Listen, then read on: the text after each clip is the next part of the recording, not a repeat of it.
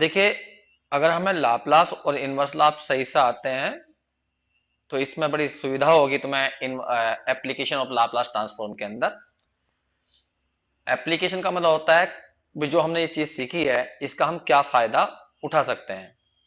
तो हमें इस चैप्टर में यही सिखाया गया है कि जो डिफरेंशियल इक्वेशन है जो तुमने सेकंड सेम में पढ़ी थी, तो उनको तुम वहां पर किसी और रूल से सोल्व किया था, लेकिन यहाँ पर तुम लाप्लास के द्वारा भी उनको सोल्व कर सकते हो। लेकिन सोल्व करने से पहले एक बार हम लाप्लास वाले जो फॉर्मूले एक बार याद कर ले, हल्के हल्के से, कोई ऐसी बड़ी बात नहीं है। पहला फॉर्मूला होता है हमारा लाप्लास का 1 का, बताइए कितना होता है 1/p। तो ऐसे ही इनवर्स लाप्लास का फॉर्मूला होता है, inverse Laplace 1/p equal to 1 होता है।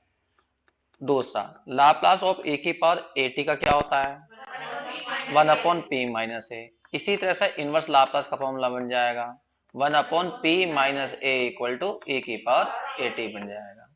तीसरा फॉर्मूला लाप्लास आ जाए तुम्हारे सामने साइन at का तो क्या आ जाता है बताइए, ये रहा। इसी तरह से यहाँ पे बन जाएगा थर्ड फॉर्मूला किसका, inverse Laplace 1/p² plus A square का, तो कितना हो जाएगा साइन at हो जाएगा।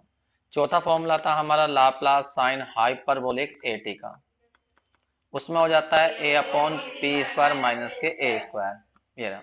इसी तरह से इनवर्स लाप्लास का यदि फॉर्मूला बनाना चाहें तो ये बन जाएगा 1/p² minus equal to 1/a sine hyperbolic at। इसी तरह से पांचवा फॉर्मूला था हमारा कोस at का, उसमें क्या था p/, इसी तरह से इनवर्स लाप्लास में ऐसा हो जाएगा p/p² plus A square equal to cos at।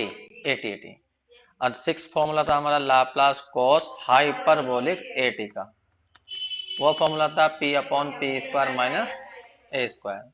Six formula यहां से बन जाएगा हमारा इनवर्स लाप्लास p/p² माइनस ए स्क्वायर से कॉस हाइपरबोलिक at।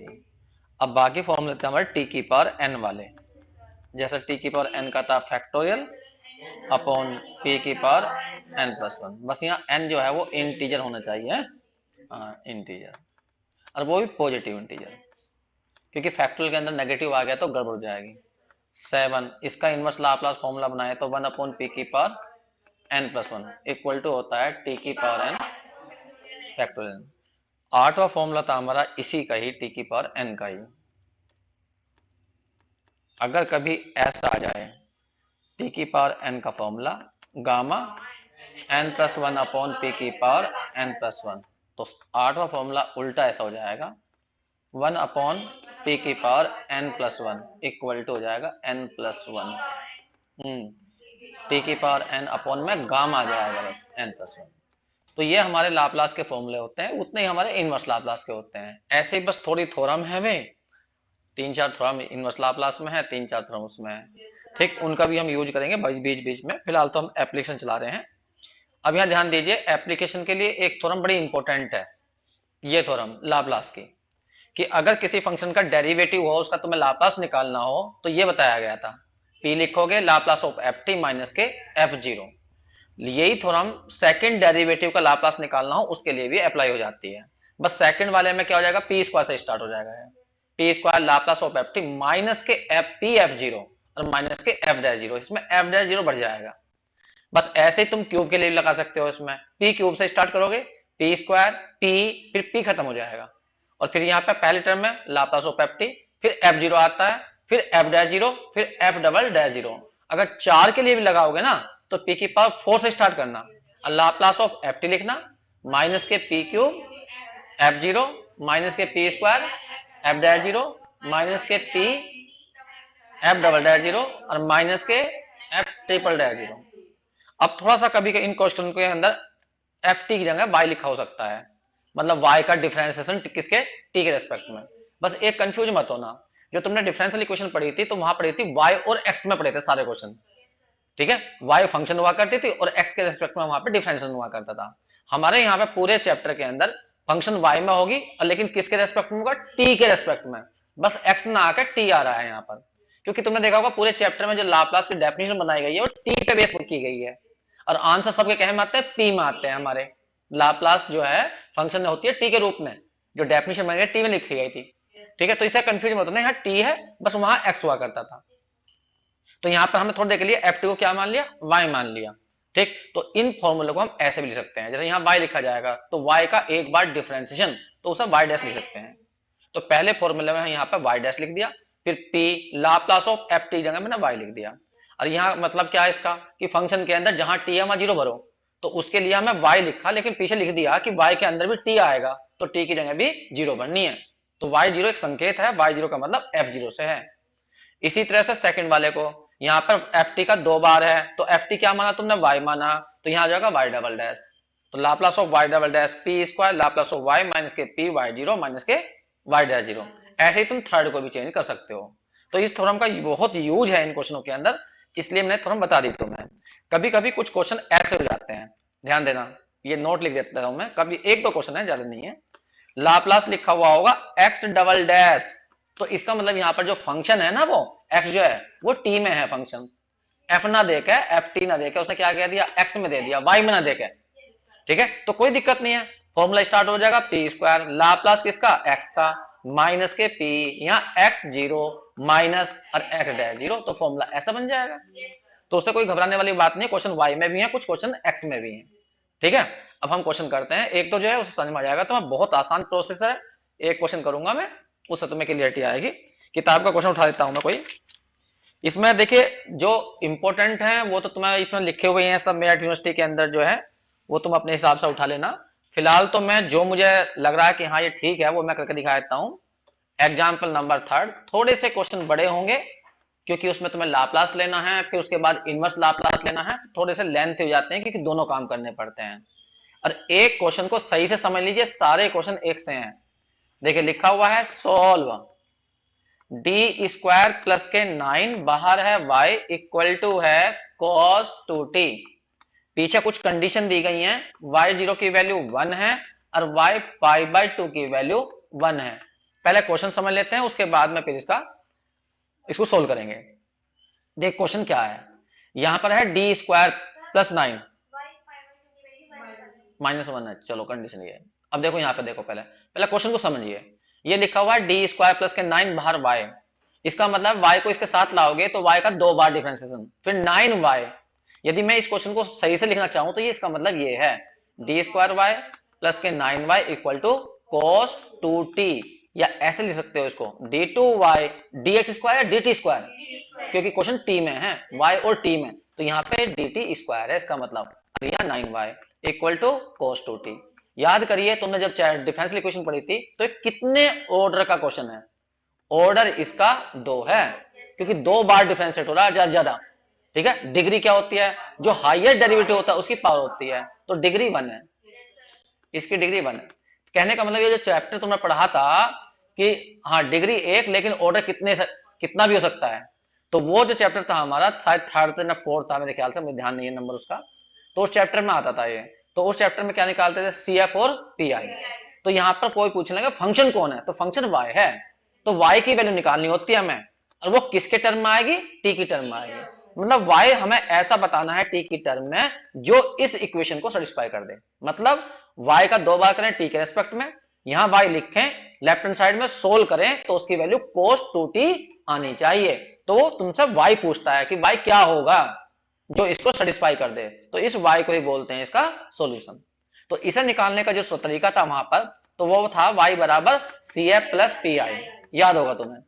चलो मैं पहले उसी तरीके से बात कर लेता हूं। अगर हम सी एफ का भी क्या है कि सी एफ क्या होगा, ये इसका सॉल्यूशन है, ये y बराबर C F plus P I. तो कोई पूछने लगा इसका ये बताइए मुझे कि सी एफ कैसे निकलेगा, तो तुम्हें बताया गया था कि जहां पर भी d है बड़ा D वहां पर m कर दो, तो ऑक्सिलरी इक्वेशन बन जाएगी m स्क्वायर प्लस 9 और y को छोड़ दो और इक्वल टू 0 कर लो, तो यहां से m स्क्वायर बराबर जाएगा माइनस के 9, यहां से m की वैल्यू आएंगी प्लस माइनस 3i, ये आ गई।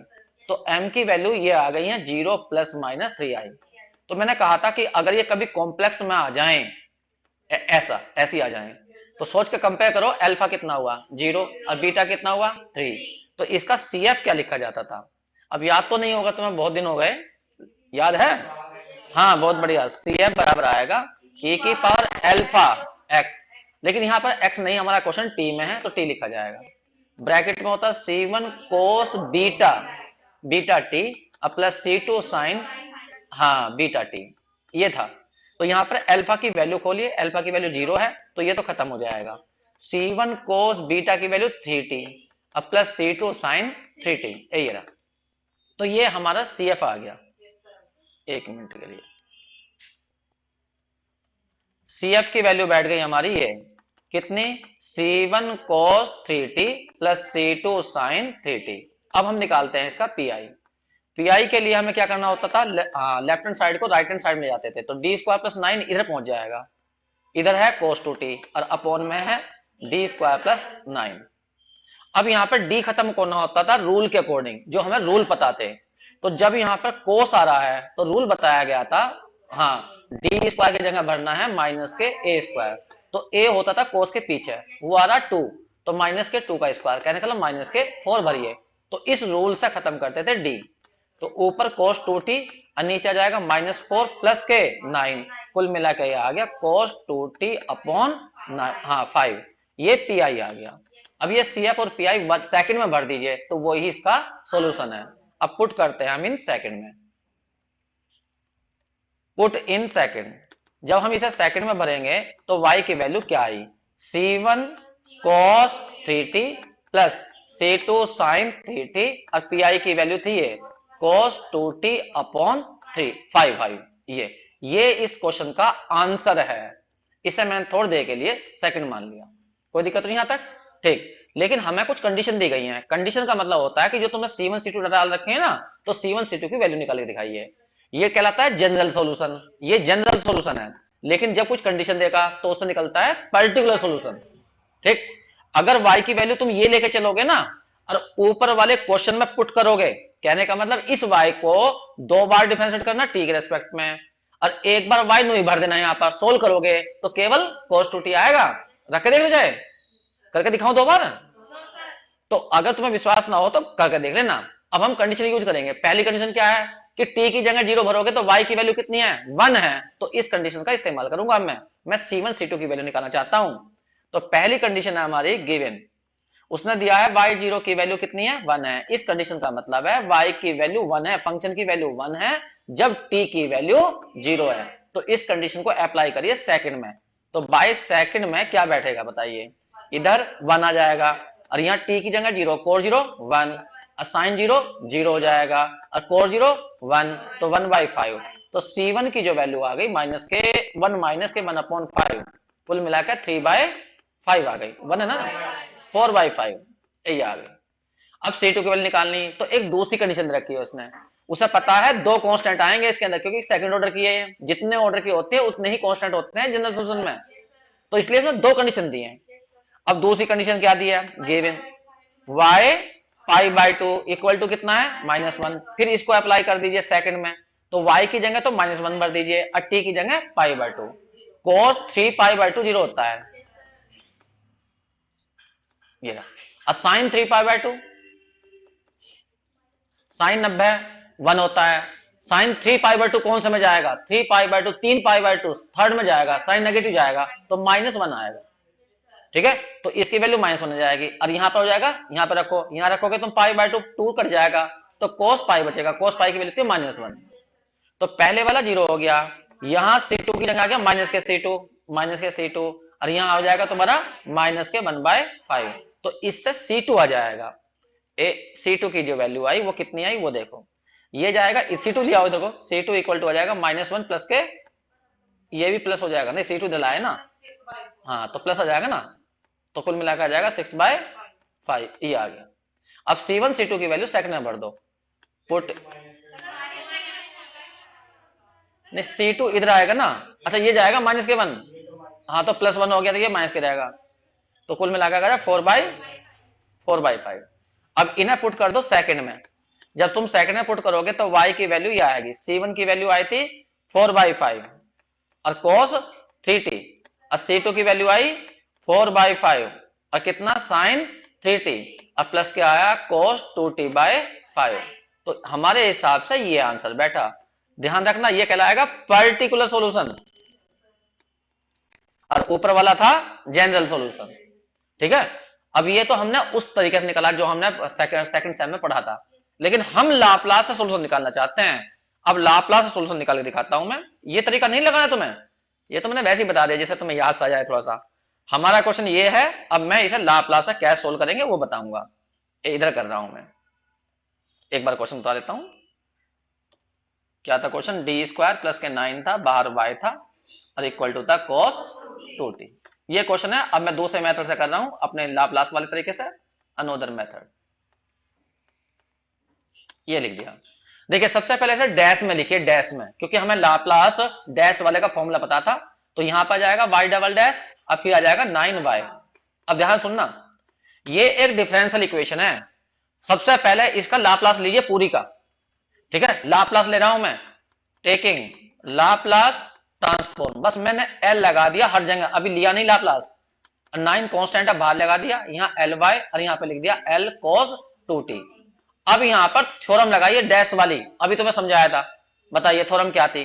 दो बार डिफरेंशिएशन लाप्लास लेना है तो पी स्क्वायर से स्टार्ट होगा, P square Laplace of Y minus के पी, फिर आ जाएगा वाई जीरो और माइनस के आ जाएगा वाई डैश जीरो। यही है।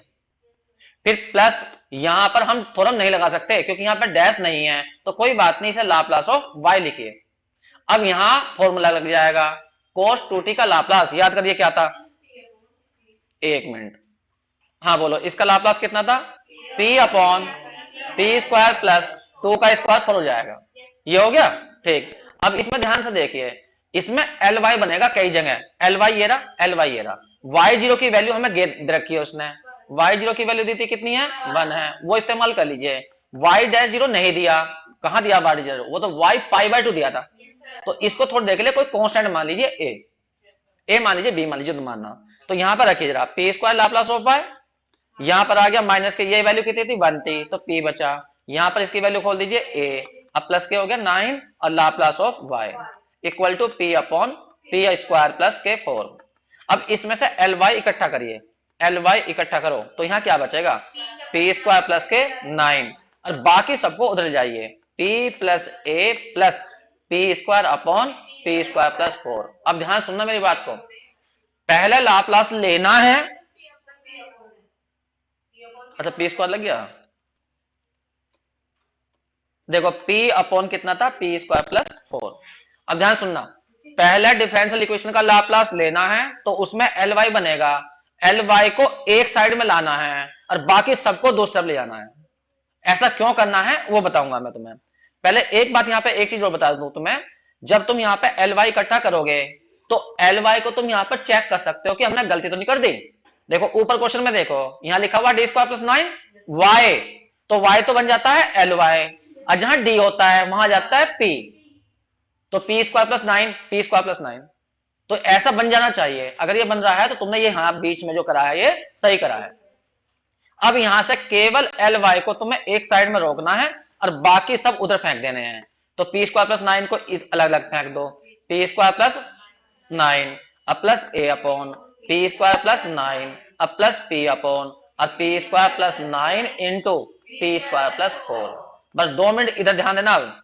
देखिए हमने क्या करा था, पहले लाप्लास ले लिया, लाप्लास लेने के बाद एल वाई बन गया, लेकिन हमें तो इसका सोल्यूशन निकालना था, वाई निकालना था, और ये बन गया एल वाई। तो एल को हटाना आवा, तो एल को उधर ले जाओ, तो जब एल इधर ले जाओगे तो वाई निकल ही आएगा। तो यहां पर वाई बराबर इनवर्स लाप्लास इसका लेना पड़ेगा, P upon P square plus 9 या 3 का स्क्वायर ले लो, और यहाँ पे ए कांस्टेंट है, इनवर्स लाप्लास इसका निकालना पड़ेगा, पी स्क्वायर प्लस 3 का स्क्वायर, और फिर इनवर्स लाप्लास तुम्हें इसका निकालना पड़ेगा। ये रहा। तो यहां पर जो खेल है यहां तक तो चलता है लाप्लास, अब चलेगा इनवर्स लाप्लास खेल। बस तुम्हें ध्यान रखना इनवर्स लाप्लास अच्छी तरह से आना चाहिए। बताइए इसका फॉर्मूला क्या था? पी अपॉन, देखो पहले ध्यान रखो, इनवर्स लाप्लास हमेशा पहले डिनोमिनेटर से ही करते हैं, P square plus A square, तो फॉर्मूला है ऐसा, ऊपर पी आ रहा तो कोस का फॉर्मूला। बताओ क्या आंसर है? बस जी, इसमें देखो ये भी फॉर्मूला सही है, बस 1 अपॉन ए तो 3 असाइन 3t। बस यहां पर खेल है थोड़ा सा, यहां पर 2 फैक्टर आ गए। अब 2 फैक्टर आ गए हैं तो तुम्हें पार्शियल फ्रैक्शन करने पड़ेंगे ही, सही है। अब पार्शियल फ्रैक्शन तुम कैसे करते हो वो तुम्हारी हेडेक है, लेकिन मैं तो अपना तुक्का लगाने की कोशिश करूंगा। मैं क्या करता हूं, जब भी ये क्वाड्रेटिक बनते हैं ना, नीचे वाले दोनों क्वाड्रेटिक बन जाते हैं, तो मैं सेम ऐसा ही लिख लेता हूं ऊपर, ये लिख लिया पी स्क्वायर प्लस 4। अब फिर ऊपर वालों को घटाना या जोड़ना पड़ता है, जिससे कि ऊपर देखो क्या बना हुआ, मैंने पी बाहर निकाल दिया है, तो इसका मतलब है यहाँ क्या रह गया 1, तो मैं यहाँ 1 बनाने की कोशिश करूंगा, तो इसमें पी स्क्वायर कटना चाहिए, तो मैंने माइनस कर दिया, लेकिन जैसे ही मैं इसे घटाऊंगा तो पी स्क्वायर तो कट जाएगा, लेकिन यहाँ तो 5 बचेगा, और था जबकि यहाँ 1, तो 5 से डिवाइड कर दो। तो ये पार्शियल फ्रैक्शन करने का तुक्का है, कहीं कहीं लगता है, हर जगह लगता, जब नीचे क्वाड्रेटिक होते हैं तो लग जाता है। अब इसे क्या करेंगे, इसके नीचे इसे लाएंगे, तो ये कट जाएगा, तो 1 अपॉन पी स्क्वायर प्लस 4 बचेगा, और पी को अंदर ले आएंगे, सही है। तो इस तरह से हम इसके पार्शियल फ्रैक्शन कर जाएंगे। देखिए ध्यान दीजिए, बस थोड़ी सी बात हो जाएगी, क्वेश्चन कंप्लीट हो गया। cos 3t प्लस के a अपॉन 3, और यहाँ पर sin 3t। अब यहाँ पे इनवर्स लाप्लास, ध्यान से सुनना, अब मैं इसे अलग अलग कर रहा हूं, इसके नीचे इसे लाऊंगा तो 1 अपॉन क्या बचेगा, पी स्क्वायर प्लस 4 बचेगा, फिर माइनस 1 अपॉन बचेगा पी स्क्वायर प्लस 9। अब फिर इस p को अंदर ले जाएंगे, 5 को रख लीजिए बाहर, cos 3t a upon 3 sin 3t, ये रहा। और जब 1 अपॉन 5 को बाहर रखो, अब इसे दो जगह कर लो, p अपॉन कर लो पी स्क्वायर प्लस 4, और माइनस इनवर्स लाप्लास, और p अपॉन कर लो पी स्क्वायर प्लस 9, ये कर लिया। अब इनके अलग अलग इनवर्स लाप्लास ले दो, cos 3t a upon 5 sin 3t a upon 3, वो आंसर 3 से आता होगा ना, इसलिए हाथ में कुछ चल रहा है। sin 3t बताओ 1 अपॉन 5, इसका क्या आएगा, cos 2t, और पीछे वाले का cos 3t, यही आ गया। ठीक है, अब इसमें एक छोटी सी समस्या रहेगी, क्वेश्चन सोल्व हो गया, y निकालना था, y निकल गया, हाँ एक ही समस्या रह गई। देखो एक थोड़ा इकट्ठा कर लें, cos 3t का यहाँ पर है, और cos 3t का ये है, यहाँ 1 है, और यहाँ माइनस के 1/5 है, तो 1 माइनस के 1/5 कितने हो जाएंगे, 4/5, तो 4/5 cos 3t, sin 3t का केवल यही है, a अपॉन 3 sin 3t, और 1 अपॉन 5 cos 2t, यही है। अब तुम्हें बस आंसर तो यही हो जाता, लेकिन a रह गया इसके अंदर, तो a को निकालने के लिए जो तुमने अभी वहां पर कंडीशन एक और रह गई थी ना, उस कंडीशन का इस्तेमाल करो, क्या थी, y π/2 इक्वल टू -1, तो इसका मतलब है y की वैल्यू तो होगी -1, कब, जब t की वैल्यू π/2 होगी, तो इस कंडीशन को यहां लगा दो, तो y की वैल्यू तो भर दो -1, और t की वैल्यू रखो π/2, तो यहाँ हो जाएगा 3π/2, वो तो हो जाएगा 0, और sin 3π/2 -1 आया था, तो माइनस के a/3, और यहां रखोगे पाई, cos पाई की वैल्यू -1, तो 1/5 हो जाएगा। अब यहां से a निकाल लो कितना बैठा, देखो a कितना बैठ जाएगा, a को लाए तुम इधर, तो a/3 इक्वल टू 1 - 1/5, ये तो बैठा, तो कितना बैठ गया बताओ, 4/5, तो a की वैल्यू बैठ गई 12/5। अब ये वैल्यू ऊपर भर दो, आंसर कहीं गलती हुई कुछ क्या, ऐसा तो आंसर है नहीं, यही है, अच्छा, हाँ पुट इन 1 कर दो, जब यहाँ 1 करेंगे तो y बराबर जाएगा 4/5 cos 3t, और जब यहाँ भरेंगे 3 से कट जाएगा, 4/5 और sin 3t, अब प्लस के 1/5 और cos 2t। अब बहुत सा बच्चा यहाँ पे एक बात कहता है, तुमने सेकंड कंडीशन का इस्तेमाल क्यों करा, फर्स्ट का ही क्यों नहीं कर लिया, कर लो। पहली कंडीशन क्या थी, y0 इक्वल टू 1, रख के देखो, इस कंडीशन का इस्तेमाल करके देखो, y की जगह 1 करा इक्वल टू 0 रखा, cos 0 1 होता है, तो 4/5, और sin 0 0, तो a नहीं आने का उसके अंदर जिसे हम निकालना चाहते हैं, सही है, तो इसलिए उसका कंडीशन का फायदा नहीं है। जिस कंडीशन का हम यूज कर चुके ना, ऊपर देखो y0 का यूज कर लिया था हमने, यहाँ पर a ये रहा, a यहाँ भरा था y0 की वैल्यू ये रही, तो इसलिए वो दोबारा यूज नहीं हो पाता। फिर करके देख लीजिए, फिर भी डाउट हो तुम्हें तो मैंने तुम्हें दोनों मेथड से क्वेश्चन करके दिखा दिए हैं, लेकिन हमें करने हैं लाप्लास सही, क्योंकि हमारे यो नहीं करोगे ना, ठीक जी, तो लाप्लास नोट कर लीजिए फिर यहां से।